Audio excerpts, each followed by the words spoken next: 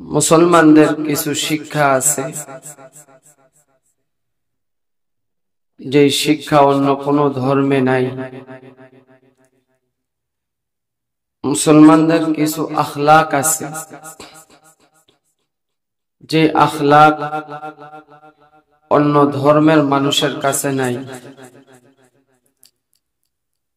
মুসলমানের কিছু চরিত্র আছে, যে চরিত্র অন্য ধর্মের মানুষের কাছে নাই। মুসলমানদের কাছে কিছু সৌন্দর্যতা আছে, যে সৌন্দর্য অন্য কোনো ধর্মের মানুষের কাছে নাই।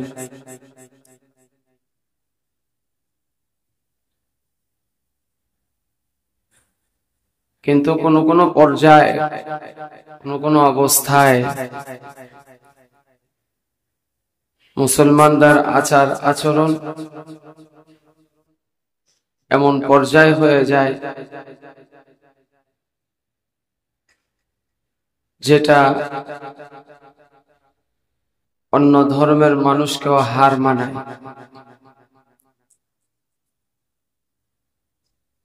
মুশরিক বেঈমানদের আখলাককেও পিছে ফেলায়া দেয়।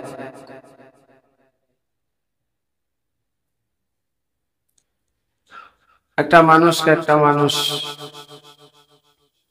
নিরপরাধ ভাবে মেরে ফেলা, এটা হাইওয়ানের খাসলত, এটা পশুর খাসলত। একটা পশু আর একটা পশুকে কামড় মারে,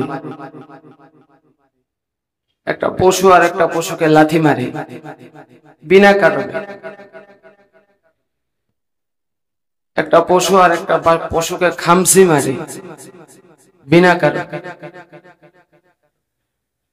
গণতান্ত্রিক দেশ বাংলাদেশ, এই দেশে সবার কথা বলার অধিকার আছে।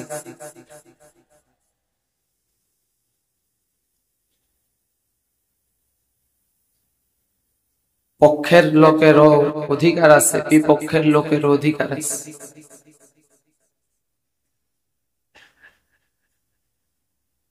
একটা মানুষ অধিকারের জন্য মাঠে নামলেই সে যদি বলেও আমাকে গুলি করো, কি অপরাধ সে করছে যে অপরাধের কারণে তাকে সরাসরি গুলি করে তার বুকটা ঝাঁঝরা করে দিতে হবে?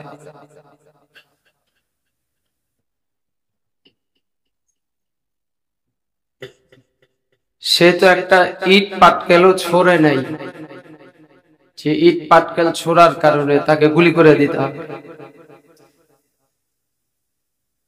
আখলাক আমাদের কোন পর্যায়ে গেছে? অনেক ক্ষেত্রে একটা পশুও পশুরে পানি খাওয়ায়, একটা পশুও পশুর উপর দয়া করে। কিন্তু যে ব্যক্তিটা একটা মুসলমানের সন্তান আর একটা মুসলমানের সন্তানকে নির্দ্বিধায় গুলি করতে পারে, সেটা পশুর চেয়ে আরো বেশি।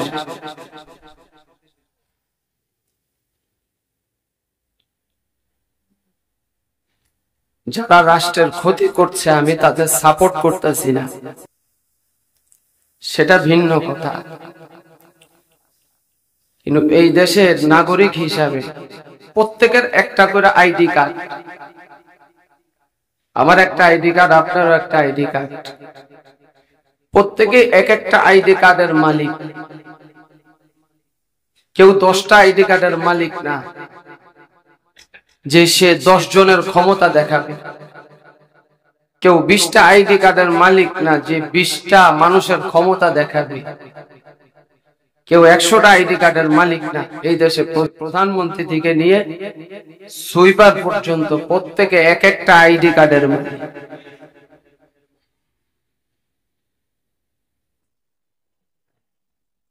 কিন্তু কি পরিবেশ, কি পরিস্থিতি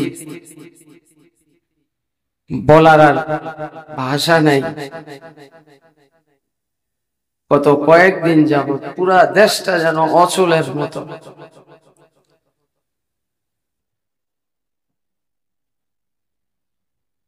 মগের মূল্য নাম শুনছি, কিন্তু কিছু কিছু পরিবেশের পরিস্থিতি দেখলে মনে হয় যেন মগের মূল্যটা এমনই ছিল।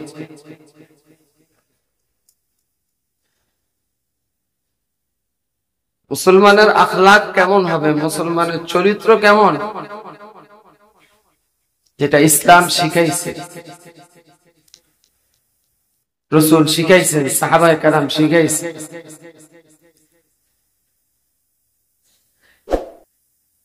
নিজের উপর অন্যকে প্রাধান্য দেওয়া, এটা ইসলাম শিখাইছে। অন্যের জন্য কুরবানি দেওয়া, সেটা ইসলাম শিখাইছে। আর আমরা এখন বর্তমানে প্রজন্মদেরকে শিখাইতেছি কি, নিজের জন্য অন্যকে কুরবানি দেওয়া, নিজের স্বার্থের জন্য অন্যকে জবাই করা, নিজের স্বার্থের জন্য অন্যকে পঙ্গু করে দেওয়া, নিজের স্বার্থের জন্য অন্যের জিন্দেগি নষ্ট করে দেওয়া। এই প্রজন্মকে আমরা শিখাইতেছি এটা। এই প্রজন্ম ভবিষ্যতে এটাই শিখবে, এটাই করবে।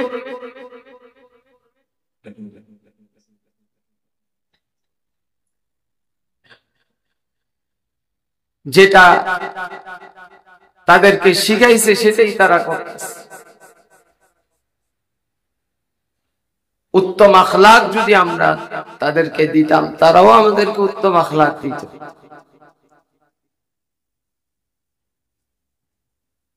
রাসূল কি শিক্ষা দিয়েছেন?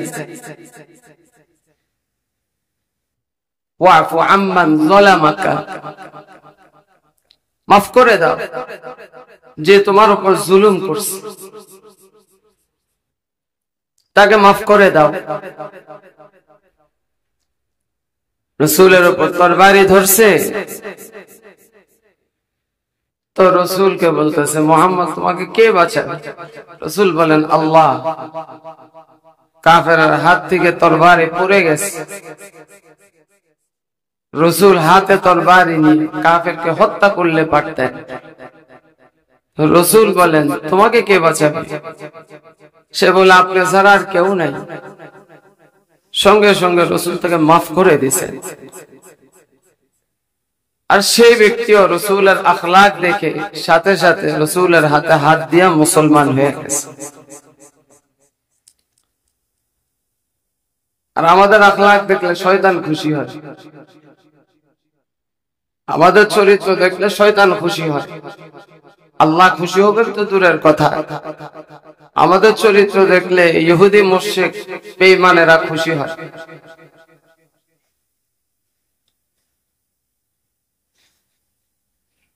মুসলমানের ইতিহাস, মুসলমানের চরিত্র, মুসলমানের আখলাক হইল ইসারুন নফস, নিজের উপর অন্যকে প্রাধান্য দেওয়া। আমি মুসলমান, তো আমার স্বার্থটা জলাঞ্জলি দিয়ে আমার মুসলমান ভাইকে আমি প্রাধান্য দিব। এটা হলো মুসলমানের ইতিহাস। আমার মুসলমান ভাই ক্ষুধার্ত,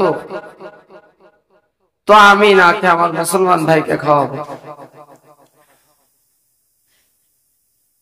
আমরা মানবতার স্লোগান দিই। আমাদের দেশে কিছু মানুষ আছে যারা মানবতার স্লোগান দেয়, মানবতার, যারা মানবতার স্লোগান দেয়,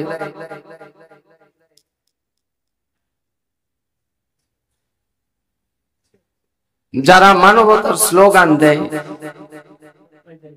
তো তারাই অমানবিক কাজ সবচেয়ে বেশি করে। মানবতা চাই, এই দেশে মানবতা প্রতিষ্ঠা করতে চাই। মানবতার স্লোগান যে দেয়, তো সেই কলমের খোঁচায় দেখবেন ব্যাংকের টাকা চুরি করে।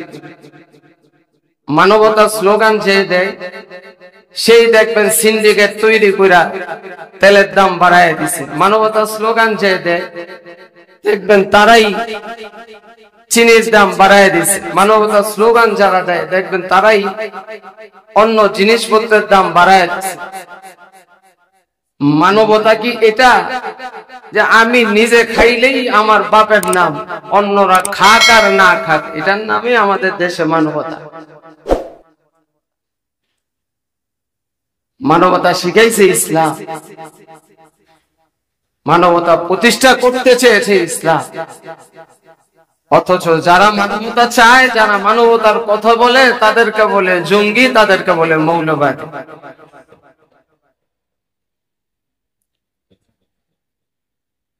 ইসলাম মানবতা শিখাইছে। মানবতা কাকে বলে? সাহাবায়ে কেরাম যখন হিজরত করছেন, মদিনা মুনাওয়ারায় চলে গেছেন, মক্কা থেকে মদিনায় চলে গেছেন সাহাবায়ে কেরাম। মানবতা কাকে বলে দেখেন, ঘর বাড়ি ভিটা জমি সম্পদ সব ছেড়ে চলে গেছে, এমনকি নিজের কাপড়টাও সঙ্গে করে নিয়ে যেতে পারেনি। অনেক টাকা পয়সার মালিক, টাকা পয়সাও সঙ্গে নিয়ে যেতে পারেনি। অনেক জমিদার, অনেক জমির মালিক, নিজের সাওয়ারিটাও পর্যন্ত নিয়ে যেতে পারেনি। হিজরত করছে কেন? আল্লাহ এবং আল্লাহর রাসূলের জন্য। নিজের স্বার্থের জন্য হিজরত করে নাই, আল্লাহ এবং আল্লাহর রাসূলের জন্য, দ্বীন ইসলামের জন্য সব ত্যাগ করে চলে গেছে মদিনা। মদিনায় যারা, তারা হলো আনসার। মুহাজির যারা হিজরত করনে ওয়ালা, আনসার যারা সহযোগিতা করে। মদিনার আনসার যারা, তারা কেমন মানবতা দেখাইছে। যত মানুষ হিজরত করছে, হিজরত করার পরে যারা বাড়ি ঘর ছেড়ে, মক্কা থেকে বাড়ি ঘর ছেড়ে মদিনায় গেছে, অনিশ্চিত এক জায়গায় গেছে, খাবার দাবারের ব্যবস্থা আছে এটা যাই না যায় নাই, থাকার ভালো ব্যবস্থা আছে এটা যাই না যায় নাই, আমি কার কাছে গিয়ে উঠবো সেটা যাই না যায় নাই। আমরা এক দেশ থেকে আরেক দেশে গেলে সব ঠিকঠাক করে, থাকা খাওয়া বাসস্থান সব ঠিক করে তারপরে যাই। অনিশ্চিত গন্তব্যে আমরা যাই না কোথাও। সাহাবায়ে কেরাম তারা অনিশ্চিত হয়ে গেছেন আল্লাহ এবং আল্লাহর রাসূলের মহব্বতে, ইসলামের সাথে, দ্বীনের সাথে তারা হিজরত করেছে। সেখানে যাওয়ার পরে এমন না যে রাসূল তাদেরকে আগে বইলা দিছেন, এমন না যে রাসূল তাদেরকে শিখাইয়া দিছেন, এই মক্কা থেকে যারা হিজরত করে আসবে তো তাদেরকে তোমরা কিন্তু মেহমানদারি কইরো, তাদেরকে কিন্তু তোমরা খাবার দাবারের ব্যবস্থা কইরো, তাদেরকে কিন্তু তোমরা রাত্রি যাপনের ব্যবস্থা কইরো। রাসূল শিখাইয়া দেয় নাই, শুধুমাত্র ইসলাম ধর্ম গ্রহণ কইরা রাসূল থেকে মদিনায় চলে গেছেন, আর রাসূলের অপেক্ষায় আছেন রাসূল কবে আসবে। রাসূল শিখাইয়া দেয় নাই। মক্কা থেকে সাহাবায়ে কেরাম গেছে তো নিজেরা বন্টন করে নিছে, এই ওই ভাই আমার ঘরে থাকবে, ওই ভাই আমার ঘরে থাকবে, ওই ভাই আমার ঘরে থাকবে, ওই ভাই আমার ঘরে থাকবে, একজন একজন করে এক একজন বন্টন করে প্রত্যেককে মেহমান বানায়। শুধু তাই না, নিজে হিজরত করছে, বাল বাচ্চা বিবি সব রাইখা আসছে। একজনের দুইটা বিবি, ভাই আমার দুইটা বিবি, আমি একটা বিবি তালাক দিয়ে দিলাম, আমি একটা বিবি ছাইরা দিলাম, এই বিবিটাকে তুমি বিবাহ করে নিবা, তোমার জন্য, তোমার খুশির জন্য আমার নিজের বিবাহিত স্ত্রী আমি তালাক দিয়ে দিলাম। কতটুকু মানবতা তারা দেখাইছে। মানবতা কাকে বলে ইসলাম শিখাইছে। মানবতা অন্য কোন তন্ত্র মন্ত্র শিখায় নাই। আজকে মানবতা স্লোগান যারা দেয় সবচাইতে অমানবিক কাজ তাদের থেকেই প্রকাশ পায়।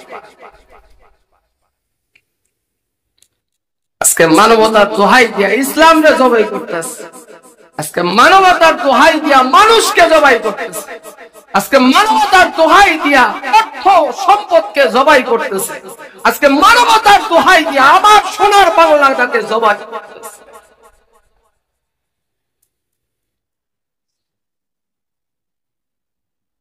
ইসলাম শিখাইছে মানবতা কি জিনিস। ইসারুন নফস, নিজে কোরবান হয়েছে, মানুষকে কোরবানি করেন, অন্যের জন্য নিজের স্বার্থকে জলাঞ্জলি দিছে, অন্যের জন্য নিজের সম্পদ বিলীন করে দিছে, আরেকজন মুসলমান ভাইয়ের জন্য নিজের সবকিছু ছেড়ে দিছে। সাহাবায়ে কেরাম মেহমান হয়ে গেছেন মুহাজির যারা, এখন আত্মমর্যাদা বোধ যাদের মধ্যে আছে, আত্মমর্যাদা বোধ আত্মমানবতা যাদের মধ্যে আছে, কিছুদিন মেহমান বেশি হলে নিজের কাছে একটা সংকোচ লাগে, আরেকজনের বাসায় কয়দিন খাওয়া যায়।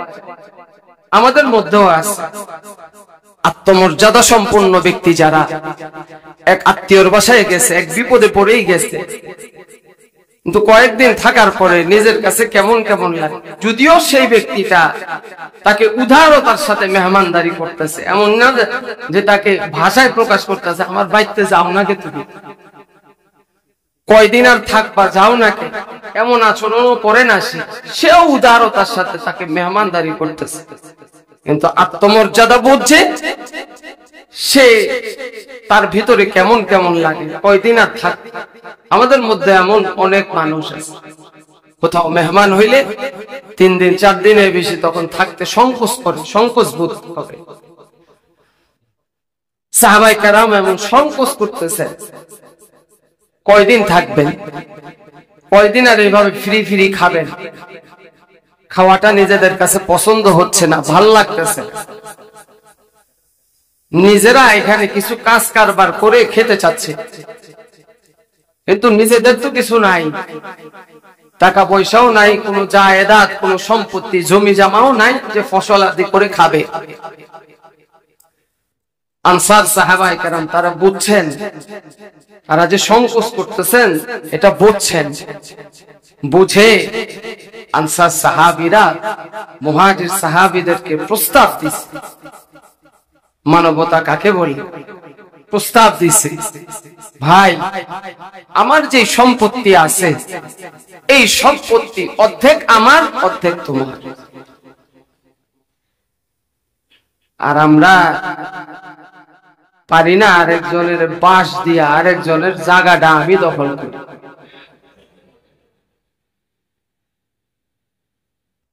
আরেকজনের বাড়ি, কতটুকু মানবতা, কতটুকু নিচে নামলে আমরা এই কাজটা করতে পারি। আরেকজনের বাড়ির দলিল, ভুয়া দলিল কইরা, হুবহুব একটা ভুয়া দলিল কইরা, আমার পেশি শক্তি আছে বিধায় তখন আমি আমার পেশি শক্তির জোরে আমি আরেকজনের বাড়িকে নিজের বাড়ি বানাই। আমাদের সমাজের কথা, এই সমাজের কথা, এই সমাজ, বাহিরে গেলাম, এই সমাজের কথা, ভুয়া দলিল দিয়া তারপরে নিজের সম্পত্তি বানায় ফেলে। আর তারা মানবতার জন্য কি করছে? বলে ভাই আমার সম্পত্তির অর্ধেক তোমার, অর্ধেক আমার। আনসার সাহাবায়ে কেরাম বলেন না, এটা কিভাবে সম্ভব? তোমার সম্পত্তির মালিক আমি হয়ে যাব, আমি বিনা পরিশ্রমে বিনা পয়সায় আমি তোমার সম্পত্তির মালিক হয়ে যাব, এটা কঠিন কালেও হতে পারে না। আল্লাহর হাবিব সাল্লাল্লাহু আলাইহি ওয়াসাল্লামের কাছে এসে মুহাজির সাহাবায়ে কেরাম বলেন, ইয়া রাসূলুল্লাহ এটা কিভাবে সম্ভব? আনসার সাহাবাই তারা আমাদেরকে মুফত বিনা পয়সায় তাদের অর্ধেক জমিন আমাদেরকে দিয়ে দিচ্ছে, আমরা তো এটা নিতে পারি না। রাসূল আরবি সাল্লাল্লাহু আলাইহি ওয়াসাল্লামকে মুহাজিররা বলে, ইয়া রাসূলুল্লাহ আপনি ফয়সালা করে দেন। আল্লাহর হাবিব সুন্দর ফয়সালা করে দিলেন। রাসূল বলেন, আনসারদের যে জমি আছে এই জমিগুলোর মধ্যে তোমরা ফসলাদি করো। মুহাজিরদেরকে বলল তোমরা ক্ষেত খামার করো, আর এখান থেকে যে ফসল হবে এই ফসলের একটা ভাগ তোমাদের আনসার সাহাবীদেরকেও দিয়ে দিও। তোমার আনসার ভাইদেরকে তোমরা দিও এখান থেকে, তারা কষ্ট করার দরকার নেই, তাদের জমি তোমাদের মেহনত, তাদের জমি তোমাদের মেহনত, তাদের জমি তোমাদের ফসল, তোমরা তাদের জমিতে চাষ করো, তাদের মেহনত করার দরকার নাই, তোমরা মেহনত করো, তোমরা চাষ করো, চাষাবাদ করো। তোমরা চাষাবাদ করার পরে যে ফসল হবে এই ফসলের একটা অংশ তোমরা নিও, আর একটা অংশ তোমাদের আনসার ভাইদেরকে দিয়ে দিও। সুবহানাল্লাহ। মানবতা কাকে বলে? আল্লাহু আকবার। অন্যকে যতটুকু পারা যায় সহযোগিতা করা, এটা হলো ইসলাম। অন্যের ক্ষতি করা এটা ইসলাম না। অন্যের মাল আত্মসাৎ করা এটা ইসলাম না। অন্যকে অধিকার থেকে বঞ্চিত করা এটা ইসলাম না। যার যার অধিকার তাকে দিয়ে দেওয়া এটা ইসলাম। যার যার প্রাপ্য তাকে দেওয়া এটা ইসলাম। যার যার পথ তাকে দিয়ে দেওয়া এটা ইসলাম। একটা বকলমকে একটা শিক্ষিত মানুষের আসনে বসানো আর একটা শিক্ষিত মানুষকে একটা মূর্খের জায়গায় দিয়ে দেওয়া এটা ইসলাম না। আজকে আমাদের দেশে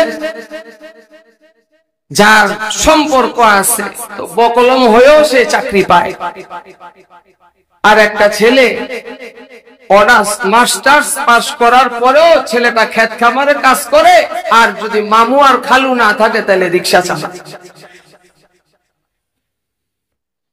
কালকে দেখলাম একটা ছেলে ইংলিশে রিক্সা চালাইতেছে, ইংলিশে থ্রোলি ইংলিশ বলতেছে। এক ফরেনার তার রিক্সা উঠছে, ফরেনার জিজ্ঞেস করতেছে কি হয়েছে, এই সমস্যা, এই গ্যাঞ্জাম দেখা যাইতেছে, কি নিয়ে এত সমস্যা?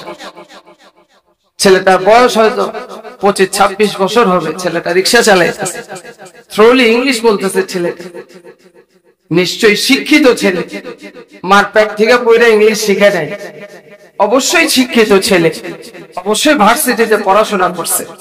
ছেলেটা পড়াশোনা করেই ছেলেটার কোনো উপায় নাই, চাকরি পাওয়ার কোনো সোর্স নাই, তার ঘুষ দেওয়ারও, একটা পিওনের চাকরি নিতে হইলে হয় এখন 5-7-10 লাখ টাকা ঘুষ দিতে হয়।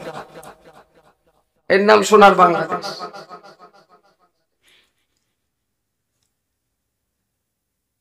তো শিক্ষিত হয়েও তার কোনো মূল্যায়ন নাই। কিন্তু ইসলাম যার যার যোগ্যতা অনুযায়ী তাকে কদর করছে, মূল্যায়ন করছে। যার যেমন যোগ্যতা তো সে ওই পর্যায়ের কাজ করবে। ইসলামের শিক্ষা কত সুন্দর, যে ইমামতি করার যোগ্যতা রাখে সে ইমামতি করবে, যে মুয়াজ্জিনি করার যোগ্যতা রাখে সে মুয়াজ্জিনি করবে, যে খাদেম হওয়ার যোগ্যতা রাখে সে খাদেম হবে, যে বুখারী পড়ানোর যোগ্যতা রাখে সে বুখারী পড়াবে, যে আলিফ বা তাসা পড়ানোর যোগ্যতা রাখে সে আলিফ বা তাসা পড়াবে। আলিফ বা তাসা পড়ানো ওয়ালাকে বুখারী পড়াইতে দেয় না, বুখারী পড়ানো ওয়ালাকে আলিফ বা তাসা পড়াইতে দেয় না। যে কোরআন পড়ানোর যোগ্যতা রাখে সে কোরআন পড়াবে, যে রাষ্ট্র চালানোর ক্ষমতা রাখে তাকে রাষ্ট্র পরিচালনা করার ক্ষমতা দিবে। যে অন্য সাইড দুনিয়াদারি সাইড ভালো বোঝে, অর্থ ভালো বোঝে, তাকে অর্থমন্ত্রীর দায়িত্ব দিবে। যেটা কিছুটা নমুনা বিশ্বের মধ্যে দেখাইছে আফগানিস্তান।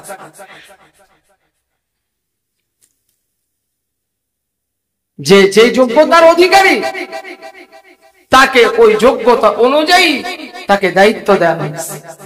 অযোগ্যকে যোগ্যর জায়গায় আর যোগ্যকে অযোগ্যর জায়গায় দেওয়া হয়। যার যার স্থানে তাকে বসানো, যার ফলে আজকে সারা বিশ্বের মধ্যে সবচাইতে দ্রুত এগিয়ে যাচ্ছে আফগানিস্তান। আল্লাহ তাআলা তাদের কুদরতিভাবে সাহায্য করতেছেন, মদত করতেছে। আর যেই দেশের মধ্যে সবচেয়ে বেশি জুলুম আর অত্যাচার, ওই দেশ এবং ওই জাতি আস্তে আস্তে নিচের দিকে যাবে, ডাউনের দিকে যাবে, আপের দিকে যাবে। যেই দেশে জুলুম অত্যাচার কম, ওই দেশে আপডেট হবে। যদিও গায়রে মুসলিম হয়, গায়রে মুসলিম হয়, অমুসলিম রাষ্ট্রগুলো দেখেন আজকে তারা আমাদের আখলাক গ্রহণ করছে, আর আমরা হাইওয়ানের আখলাক গ্রহণ করছি। আজকে অন্যান্য বিশ্বের দেশগুলো দেখেন, আজকে ফ্রান্সের দিকে তাকায় দেখেন, মালয়েশিয়ার কোথায় এত পুলিশারি, মালয়েশিয়ার দিকে তাকায় দেখেন, সিঙ্গাপুরের দিকে তাকায় দেখেন, অন্যান্য রাষ্ট্রগুলোর দিকে দেখেন, তারা দিন দিন ডেভেলপ হচ্ছে, তারা আপডেট হয়েছে। কিন্তু আমাদের অবস্থা কি? আমাদের অবস্থা দিন দিন আমরা অবনতির দিকে যাচ্ছি। আজকে যে সন্তানটা জন্মগ্রহণ করবে, ওই সন্তানটা আজকে জন্মগ্রহণ করবে ৮৭,০০০ টাকা ঋণ নিয়ে জন্মগ্রহণ করবে। হওয়ার আগের থেকেই মার পেটের থেকে ঋণ নিয়ে তারপরে জন্মগ্রহণ করতেছে। দিন যাচ্ছে তো আমাদের ঋণের বোঝা বাড়তেছে, আমরা দিন দিন অধঃপতনের দিকে। কারণ কি? আমাদের স্বভাবের কারণে, আমাদের আখলাকের কারণে, আমাদের চরিত্রের কারণে। সত্যিকার অর্থে যদি আমরা মুসলমানের চরিত্র গ্রহণ করতাম, মুসলমানের চরিত্র যদি আমরা ধারণ করতাম, তাহলে আমাদের এত অধঃপতন আজকে হইত।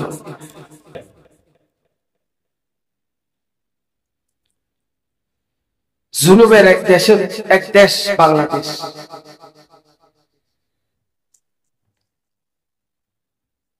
আল্লাহ আল্লাহ আমাদের সকলকে হেফাজত করেন, বলেন আমিন। পুরা দেশটাকে আল্লাহ তাআলা শান্তিময় করে দেন, বলেন আমিন। আজকে পুরা দেশটা স্তব্ধ হয়ে গেছে। গতকালকে পুরা শহরটার যে অবস্থা হয়েছে, মনে হয় যেন 1971 সালকেও হার মানাইছে।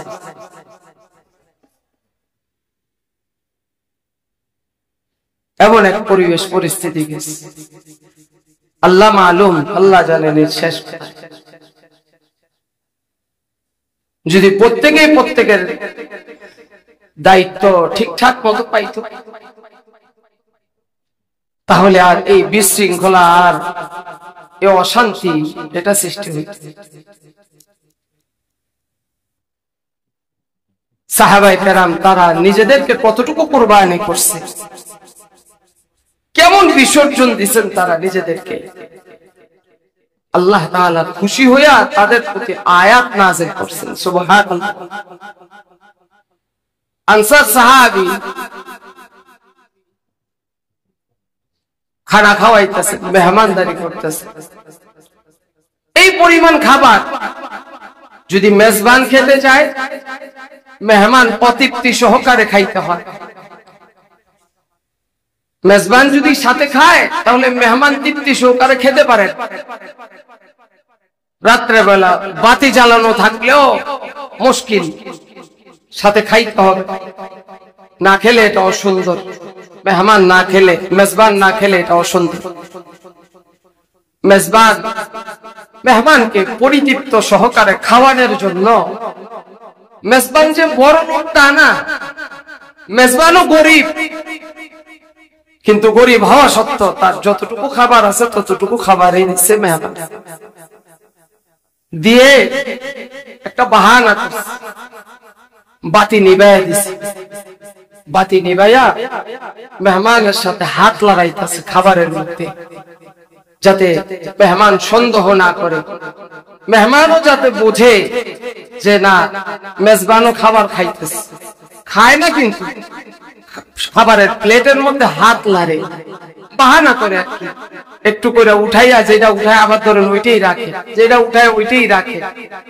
খাবারের বাহানা ধরছে, আর খাবার শুধু মেজবানের দিকে, মেহমানের দিকে আগায় আগায় দিচ্ছে। মেহমান যখন খাবার শেষ, তো মেহমানের পরিতৃপ্ত সহকারে খাবার হয়েছে, তারপরে আবার সে বাতি জ্বালিয়েছে, মেহমানকে সুন্দরভাবে পেট পুরায়া খাওয়াইছে। আল্লাহ তাআলার এই আমলটা এত পছন্দ হয়েছে, এত পছন্দ হয়েছে, এত পছন্দ হয়েছে, আল্লাহ তাআলা কোরআনে কারীমের আয়াত নাযিল করেছেন, وَيُؤْثِرُونَ عَلَى أَنفُسِهِمْ وَلَوْ كَانَ بِهِمْ خَصَاصَةٌ وَيُؤْثِرُونَ عَلَى أَنفُسِهِمْ وَلَوْ كَانَ بِهِمْ خَصَاصَةٌ। আল্লাহ তাআলা বলেন, এরা নিজেদেরকে অন্যকে নিজের উপর প্রাধান্য দিয়েছে, যদিও তারা গরিব, যদিও তারা মুফলিস, তাদের অর্থ সম্পদ নাই, তাদের তেমন খাবার দাবারের ব্যবস্থা নাই, তাদের খাবার দাবারের ব্যবস্থা না থাকা সত্ত্বেও তারা নিজেরা তাকে অন্যদেরকে খাইয়েছেন। আল্লাহ তাআলা তাদের প্রশংসা করে কোরআনে কারীমের মধ্যে আয়াত নাযিল করে দিয়েছে।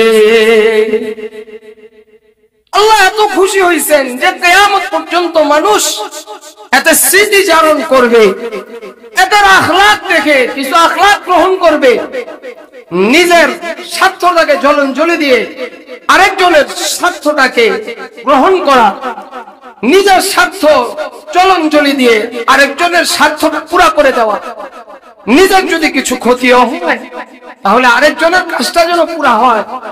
এইদিকে আল্লাহ তাআলা এটার প্রতি উদ্বুদ্ধ করেছেন, সাহাবায়ে কেরাম এটা মানুষদেরকে শিক্ষা দিয়েছেন। হযরত আবু যর গিফারী রাদিয়াল্লাহু তাআলা আনহু রাসূল আরবি সাল্লাল্লাহু আলাইহি ওয়াসাল্লাম কে জিজ্ঞেস করে, আইয়ুল আমালি আফসাল, কোন আমলটা বেশি উত্তম? রাসূল আরবি সাল্লাল্লাহু আলাইহি ওয়াসাল্লাম বলেন, ঈমানুন বিল্লাহ ওয়া জিহাদুন ফি সাবিলিল্লাহ, আল্লাহ পাকের প্রতি ঈমান আনয়ন করা এবং আল্লাহ পাকের রাস্তায় জিহাদ করা সবচেয়ে বেশি উত্তম আমল। আবার জিজ্ঞেস করে, আইয়ুল আমালি আফজাল, তারপরে কোন আমলটা উত্তম? রাসূল বলেন, যারা আগের দিনে গোলামের প্রথা ছিল, বান্দি দাসী গোলামের প্রথা ছিল, কেউ গোলাম ক্রয় করে তো গোলামকে আজাদ করে দেওয়া, এটা উত্তম।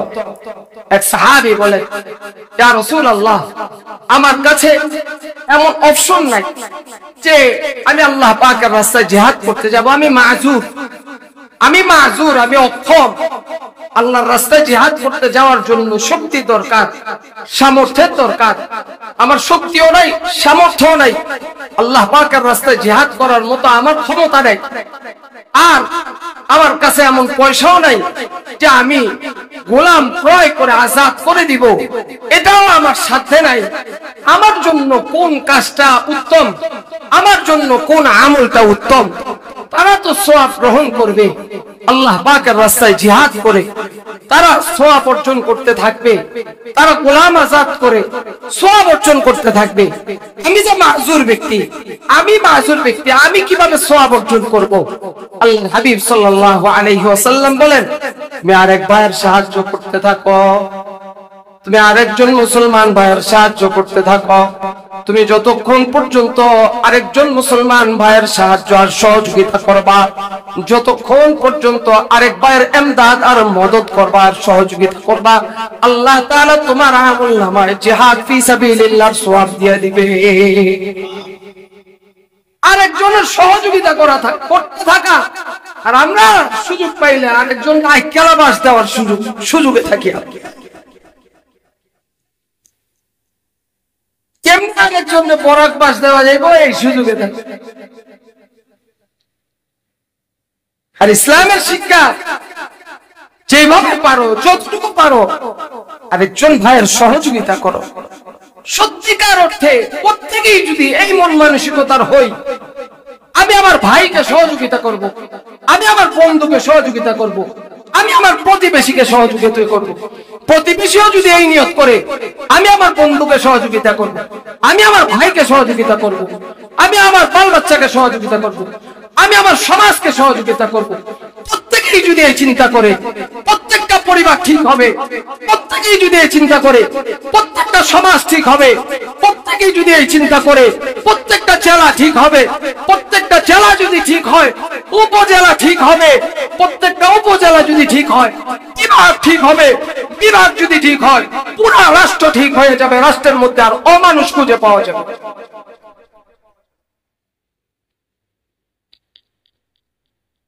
আজকে মানুষের সংখ্যা কত আর অমানুষের সংখ্যা কত? এই দেশটা স্বাধীন হয় নাই এই জুলুম অত্যাচারের জন্য, এই দেশটা স্বাধীন হয় নাই আরেকজনকে গলা টিপে ধরার জন্য। পাকিস্তান হানাদার বাহিনীরা গলা টিপে ধরে রাখছে বিদায় ওই জিঞ্জির থেকে বাঁচার জন্য এই দেশটা স্বাধীন হয়েছে। এই দেশ জুলুম অত্যাচারের জন্য এই দেশ স্বাধীন হয় নাই।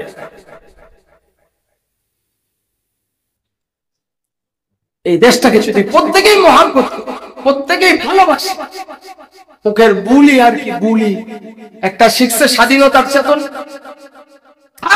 আকাঙ্ক্ষা ফাটাল স্বাধীনতার চেতনা শুধু তার মধ্যেই আছে, আমার মধ্যে নাই। আমার মধ্যে দেশপ্রেম নাই, তোর মধ্যেই শুধু স্বাধীনতার প্রেম আছে। সবচাইতে বড় রাষ্ট্রের ক্ষতিকর, রাষ্ট্রের দুশ্মন তারাই যারা বেশি স্বাধীনতার বুলিয়া উড়ায়, শুধু মুক্তিযুদ্ধের বুলিয়া উড়ায়। কিছু বললেই রাজাকার, আবার দাদা পূর্বপুরুষ প্রত্যেকেরই তালাশ করতে দেখা যাবে এই দেশটা স্বাধীন করার পিছনে অবদান আছে। কোনোভাবে এই দেশ স্বাধীন করার পিছনে প্রত্যেকের অবদান আছে। শুধু নিজেরাই মুক্তিযুদ্ধের চেতনা ধারণ করে আর কেউ গোড়ার ডিম। আমরা এই দেশে বাঁধাই না, হ্যাঁ আমরা এই দেশের রোহিঙ্গা আর আপনারা এই দেশের নাগরিক, আমরা অন্য দেশ থেকে ভাইসে এসেছি। যাদের মধ্যে ইসলাম প্রীতি আছে তাদের মধ্যেই দেশ প্রীতি আছে, যাদের মধ্যে ইসলাম প্রীতি নাই তাদের মধ্যে দেশ প্রীতি নাই।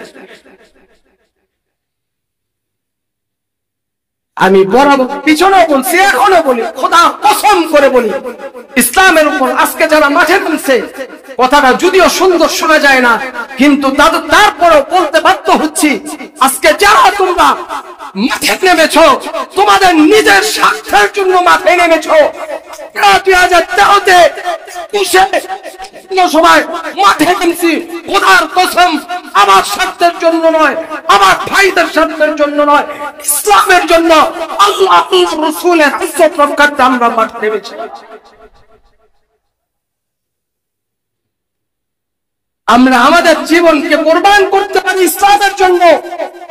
যদি দেশের মধ্যে যুদ্ধ শুরু হয়, কাফের আর মুসলমানের যুদ্ধ শুরু হয়, সর্বপ্রথম আমাদেরকে সামনে পাইমা এই দেশের জন্য লড়াই করব। এই দেশের সার্বভৌমত্ব রক্ষা করা এটা আমাদের ঈমানি দায়িত্ব। দেশের মায়া মহব্বত এটাও ঈমানের একটা অংশ। এই দেশের 1 ইঞ্চি মাটি কেউ নিয়ে যাবে, 1 ইঞ্চি মাটি কেউ কসব করবে, তিন দেশিরা এই দেশের উপর আক্রমণ করবে, খোদার কসম কোন আলেম ওলামা বসে থাকবে না, জিহাদ করার জন্য তারা মাঠে ময়দানে ঝাঁপিয়ে পড়বে। আল্লাহ তাআলা আমাদের সকলকে দেশপ্রেম, দেশের ভালোবাসা, দেশের মহব্বত আমাদের অন্তরে লালন করার তৌফিক দান করেন এবং প্রত্যেকেই যেন ইসারুন নফস, অন্যকে প্রাধান্য দেওয়া, এই মন মানসিকতা লালন করতে পারি। আল্লাহ আমাদেরকে তৌফিক দান করেন।